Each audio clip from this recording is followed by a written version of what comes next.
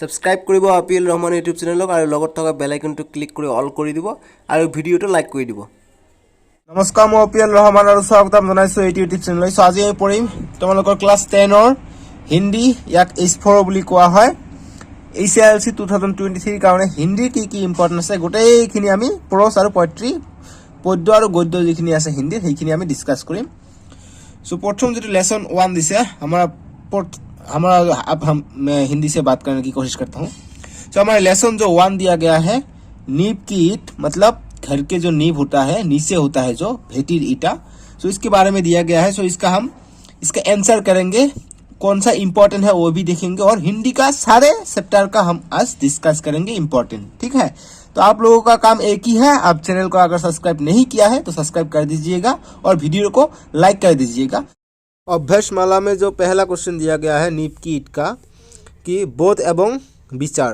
तो 1 नंबर के लिए आप लोगों का पढ़ना जरूर है कि जो क नंबर दिया गया है ये क्वेश्चन बहुत ही इंपॉर्टेंट है कि रामवृक्ष बेनीपुरी का जन्म कहाँ हुआ था। क नंबर इंपॉर्टेंट होगा आपके लिए ACILC 2023 के लिए। और आप ग नंबर भी दे सकते हैं कि बेनीपुरी जी का स्वर्गवास कब हुआ था, तो कब उनका स्वर्गवास हुआ था। तो उसके बाद घ नंबर इम्पोर्टेंट है कि चमकीली सुंदर सुघर इमारत वस्तु किस पर टिकी होती है, मतलब जितने भी चमकीली सुंदर वस्तु इमारत होती है ये किस पर टिकी हुई होती है। तो ये चैप्टर का नाम ही है कि नींव की ईंट माने भेटीर इटा। सो এইভাবে এইটো क्वेश्चन इम्पोर्टेंट हो যাব। তাৰপিছত 2 নম্বৰ क्वेश्चन जी दिया আছে जे अति संक्षिप्त उत्तर दो लगभग 25 शब्दों में। तो आप कोशिश कीजिएगा जब एग्जाम में ऐसा क्वेश्चन आए तो आप 25 से 40 के बीच में आपका शब्द रखें ताकि नंबर ज़्यादा मिले, क्योंकि हिंदी में ज़्यादा लिखने पर ही नंबर मिलते हैं, वरना आपको नंबर बहुत ही कम मिलेगा हिंदी में। इसलिए हिंदी अगर लिया है तो सोच समझ कर ही लिया होगा, क्योंकि हिंदी में बहुत नंबर कम आते हैं, ज़्यादा लिखना पड़ता है। इसलिए हिंदी में हम कॉमन नहीं देना चाहते थे, लेकिन सब लोगों का कॉमन आ रहे थे, कमेंट आ रहे थे कि सर जी हमको कॉमन दीजिए, कॉमन दीजिए, इसलिए हम दे रहे हैं। जो कि ये सब्जेक्ट आपका क्या है, इलेक्टिव है। सो इलेक्टिव मतलब आपने मनपसंद से लिया है ये सब्जेक्ट, तो आपको कॉमन क्यों चाहिए, आपको तो सभी को पढ़ना चाहिए, क्योंकि आप अपने मन से लिया है ये सब्जेक्ट। आपने संस्कृत भी नहीं लिया, आपने अरबिक भी नहीं लिया, आपने टूरिज्म भी नहीं लिया, कुछ भी नहीं लिया, आपने हिंदी ही क्यों चूज़ किया, क्योंकि आपको ये अच्छा लगता है इसलिए चूज़ किया। तो इससे कोई इम्पोर्टेंट की बात नहीं है।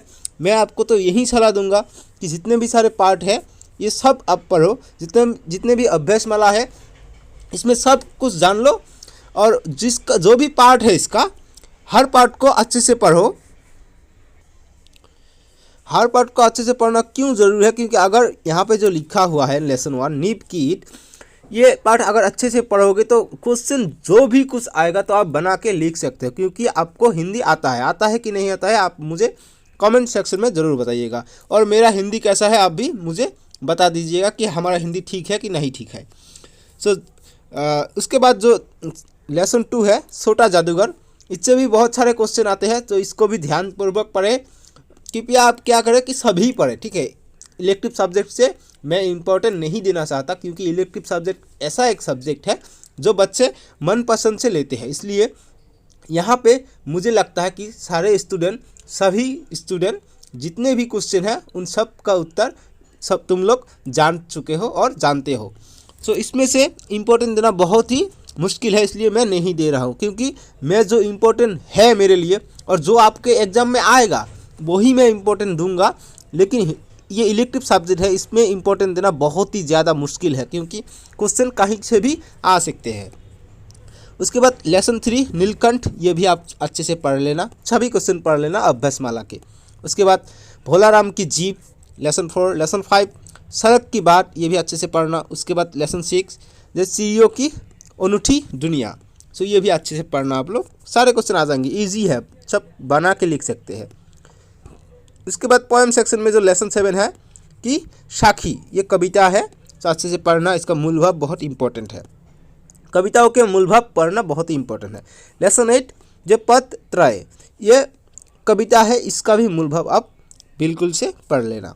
इसके बाद लेसन 9 कि जो बीत गई যিবিলাক চলি গৈছে, সেইটো ইম্পৰ্টেণ্ট। মূলভাৱবিলাক, কবিতাৰ মূলভাৱবিলাক চাবা। তাৰপিছত লেসন 10 কলম আৰু তলবাৰ কলমে কি কৰিব পাৰে আৰু তলবাৰ দি কি কৰিব পাৰি গতিকে কলম দি আমি যিটো কাম কৰিব পাৰি তলবাৰ দি কৰিব নোৱাৰি গতিকে তলবাৰেৰে যিটো কাম সম্ভৱ নহয় আমি কলমেৰে সেইটো সম্ভৱ কৰিব পাৰি সেইটো পাৰ্থক্য আৰু তোমালোকে এইটো ভালকৈ পঢ়িবা মূল ভাৱ কলম আৰু তলবাৰৰ মূল ভাৱটো আহিব তাৰ লগত অৰ থাকি বেলেগ এটা কবিতাৰ মূল ভাৱ আহিব গতিকে তোমালোকে কলম আৰু তলবাৰটো ভালকৈ চাই ল'বা এইটো লিখিব পাৰিবা তাৰপিছত লেसन 11 कि कायर मत बन भयातुर कायर मतलब किसको कायर बोलते हैं जो डरते हैं वो कायर होता है जो कायर मत बनो सभी पढ़ो ठीक है क्योंकि ये इलेक्टिव सब्जेक्ट है तो मुझे ये सुनकर खुशी होगी अगर आप सब ने ये सब्जेक्ट को सभी पढ़ी है मैं इसको छोड़ के हिंदी को छोड़ के बाकी 5 सब्जेक्ट की मैं आप लोगों को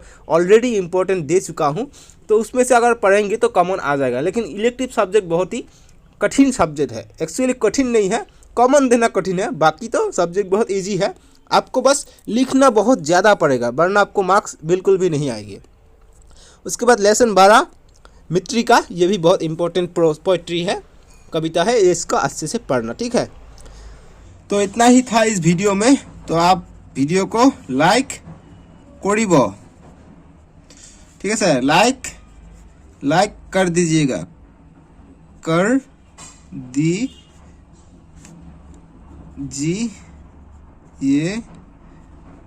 लाइक कर दीजिएगा ये हुआ है कि नहीं स्पेलिंग हो गया ना लाइक कर दीजिएगा ओके सो सब्सक्राइब भी कर दीजिएगा SUBSCRIB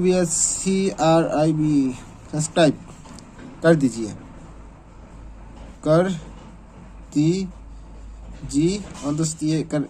कर दीजिए